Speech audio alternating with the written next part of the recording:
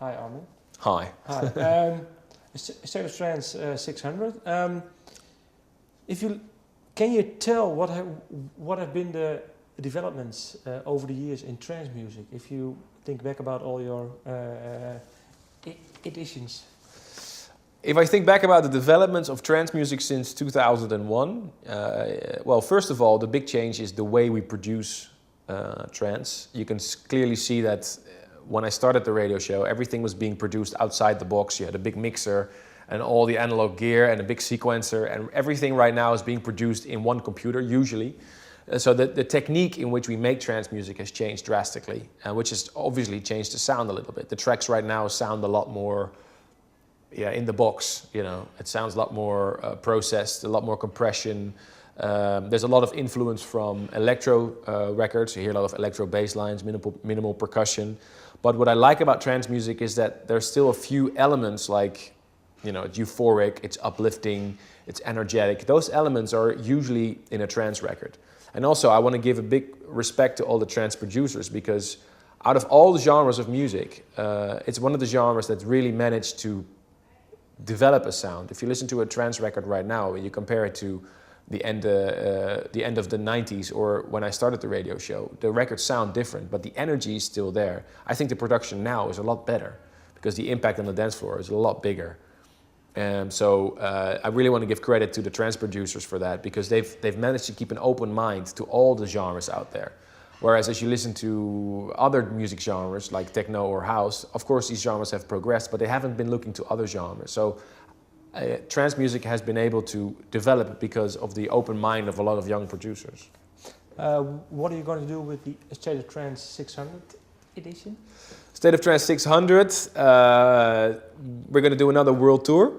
We're going to do 6+1 massive parties around the world, sort of what we did with State of Trance 500, but bigger. I made a big point of trying to do a few new cities.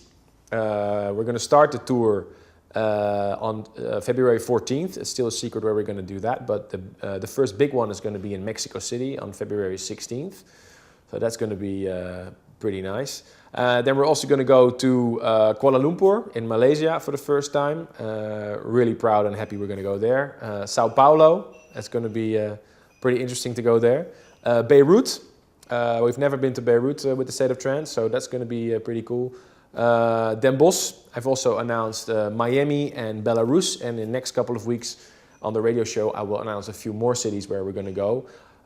So it's going to be a pretty massive tour, but only in less than 2 months. So we're going to start on February 14th, 2013, and we're going to go to April 6th, 2013, right here in the Netherlands for the biggest closing.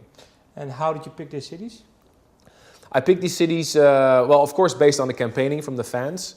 But I have to say something to the fans. Unfortunately, we cannot go to all the cities that people have been campaigning for. And this hurts a little bit, because if you ask me, I would go to every city, you know. But it's not only the campaigning that we've been looking at. Of course, it definitely prioritized our investigation, but we depend on a good location. And this is usually the biggest problem, because I don't want to do an outdoor gig, because we do the live broadcast. So if it starts raining, we have a problem with the live broadcast. So this is a very, very big problem, because in many locations, there's not a really suitable venue for an indoor event. Second, we need to have a good feeling that we can work with a local promoter, and that the promoter, we feel that the promoter can handle such a big event. You know, if we do a State of Trance event somewhere and somebody charges $200 at the door, I don't really want to do it. I want to be able to have a good party, good event, good production, you know, really nice sound, really nice production, and not too much money for the people, you know, because for me this is important. And so for some promoters it's just too expensive. They cannot have the production, scale of production that we have. And I think with the State of Trance we have a certain standard of, you know, what we want to give to the people.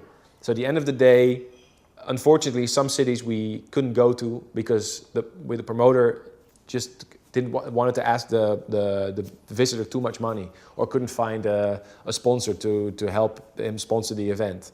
So this is what we look at.